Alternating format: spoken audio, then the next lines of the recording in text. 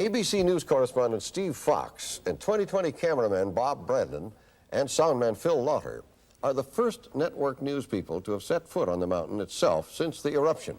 Steve and the crew spent 2 days last week with a search and rescue team. The danger area is from the mountain to just north of Spirit Lake. Because they don't even know for sure they're in there. If they can get me a vehicle here, I'll put a ground party in. They plan. They talk. They calculate every risk as they work grueling hours to battle the disaster. Using every means of communication, local officials and active Army troops share information, their most valuable weapon in the assault on Mt.St. Helens.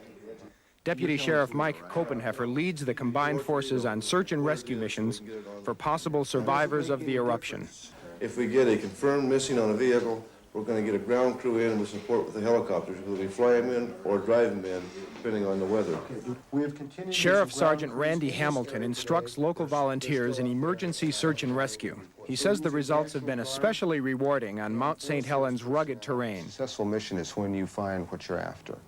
And I think the personal pride involved is being able to work with the volunteers. Seeing volunteers come out that you know that work at the bank during the day or work at a mill or run a farm, that when you call them, they come. They come here to a nearby village firehouse, anxious to help friends, relatives, and neighbors. The volunteers and regular Army helicopter crews drop other responsibilities to concentrate on the rescue effort. Each morning, women from the community prepare donated food for everyone, including Hauser, the German Shepherd tracker who will travel with the rescue team. There are 50 Army troops here and 20 civilian volunteers. The mood is one of cooperation, not competition. The camaraderie is wonderful. And I think the Army men know that our men know the roads, know the area like the back of their hand. They're taking the risk because they hope maybe they might find someone still alive, holed up somewhere up there. And of course, all the bodies have to be brought out too, for families. Those of you that haven't been in there and haven't seen it, the devastation is just something we're not going to be able to explain to you. You're going to have to see it to believe it. The final briefing just before the mission to the mountain. The men get disturbing news. There's more risk than usual. A 5-foot-high volcanic bulge has appeared near the site of today's search, a mining camp where 3 people are missing. Army pilot and Vietnam veteran Russell Capps, who has logged more than 3,600 hours flying helicopters, can only warn his men, not prepare them, for what might happen if there's another eruption.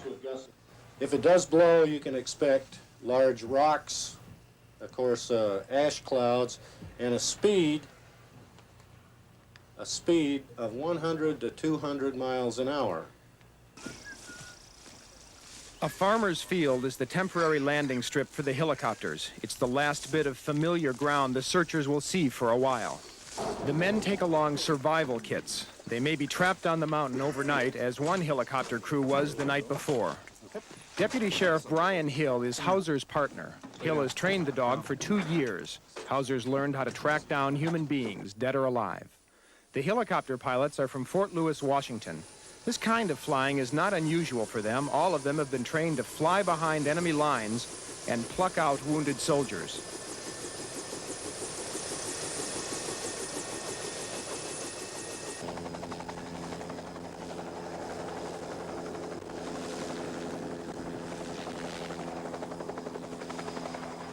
The convoy of 4 helicopters flies toward the mountain. The search and rescue team on board one, local lawmen and our camera crew on another, plus some smaller choppers to act as aerial scouts in the attempt to locate the missing family.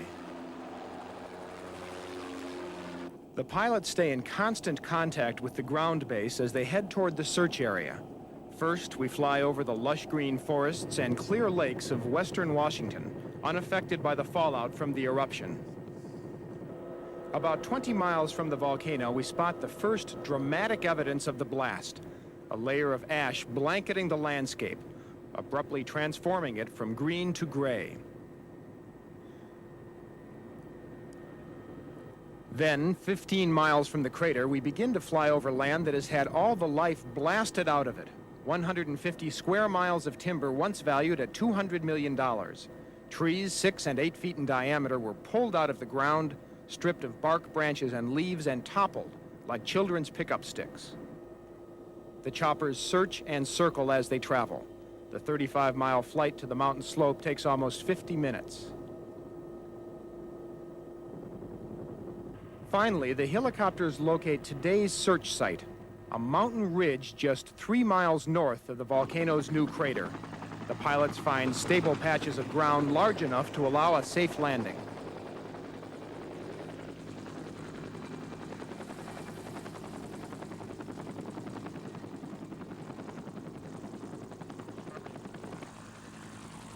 Deputy Hill and Hauser are first off the helicopter. They will lead the advance team of searchers. This party will go ahead to try and find the mining camp where the missing people lived and worked. Ducking to avoid the still spinning blades, the men move away from the copter and gather on a knoll. They then face their first big problem, simply finding out where they are. This country is ruined so bad that the landmarks on the map and what you have out here is absolutely two different things. The searchers set out and immediately encounter the problems of moving on the ground. Trees that look like tinder from the air turn out to be 6 to 10 foot high obstacles that must be scaled, scrambled over. What was once a magnificent forest has become an obstacle course of huge proportions. To qualify for this kind of rescue work, a man should be able to walk 30 miles a day. These men will walk 1.5 miles today. At the end, they'll be exhausted. Once, deer, bobcat, cougar, bear, and elk roamed this wilderness. Now there's no life within a 15-mile radius of the crater. The only movement is the search team. The only color, the gray ash. The only sound, the helicopter, which points the searchers in the right direction. Right now, the search and rescue party has gotten far ahead of us. They're up on the side of the mountain now at the site of an old gold mine where they believe 3 people may have sought shelter right after the eruption. The ash and muck is 4 feet deep in places, covered with a thin crust that breaks at the slightest touch. The ash itself covers 3 feet of snow on the mountain. When wet, the stuff pulls at the boots of the men. When they use a fallen log as a bridge to cross a ravine or as a stairway, the wet ash makes the surface slick and dangerous. Before the eruption, Elk Lake was a major landmark here. The force of the blast blew all of the water out of the lake and filled it with mud and debris. Elk Lake just doesn't exist anymore. The men are looking for a piece of mining equipment, a compressor they know must have been near the mine entrance. Okay, we're approaching the compressor at the mine. Can you give us an approximate location of the cabin from the mine? If they're in the right place, maybe, just maybe, someone may still be alive there. Close to the area by then. Okay, there was a dead-end spur that come out, and then they walked right off that spur into mines. We're right there. We're within, like I say, you know, everything's covered in mud. Oh, God. These guys are standing outside. They could be under 30, 40, 50 feet in mud. Pick up the phone. The mine only goes in a short distance, but we got about 4 feet of ash out here on the ground.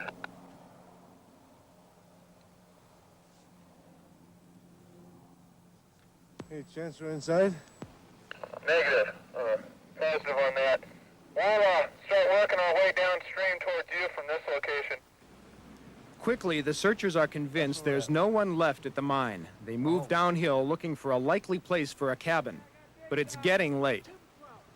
Okay, it's 4:45 now. We better start working up on that knob. Are they going to pick us up there? I hope so. The weather is closing in. The men are getting anxious to get off the mountain, but they know the cabin is up here somewhere, and the missing people. The searchers and the dog Hauser come to a clearing just as the helicopters are being called in to pick up the search All I party. need the verification. Where they're going to pick us up, Grover. That's going to save us about a half a mile walk through this stuff. I think we just found the cabin. We'll get back to you in a minute. boy. Hauser is sent in first, encouraged by Deputy Hill. See? See? Good boy. The roof of the cabin is completely flattened. Not much left underneath. That's a good boy. That's Garrity. Okay. That's Garrity. Yeah, I think we located one, Mike. Okay. Yeah, we got one victim here. Just a second before we contaminate, let him search some more. A body has been located, and the professionals take over. Seek him, House. Seek, that's a good boy. That's a good boy. Hauser's success is praised by his partner. He is urged to keep searching. The highly trained dog can smell a body even under the deep layer of ash. Seek. Seek. Oh, good boy. That could be another victim right there. Victim number 2, buried beneath a foot of suffocating volcanic ash. Okay, one more. Let's go find him. Good boy. Check and see if there's a victim right there. He identified there for a second.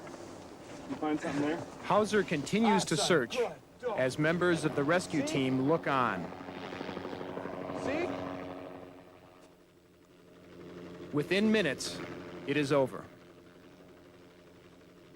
Victim number 3.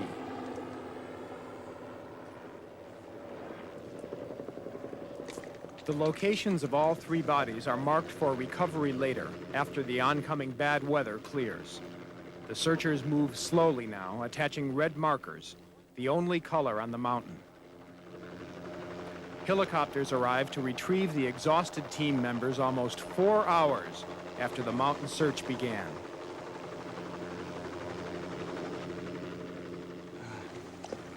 Let me ask you something. Okay. How's it feel now? You succeeded in a sense. Well, yeah, we succeeded. It probably will benefit the family a whole lot, and was our major concern. That's the reason we were here today. The possibility of survivor in this area is, obviously, as you can see, is very, very doubtful. This was the 12th trip since the eruption for these men. There are still 71 people missing. The rainfall gets heavier.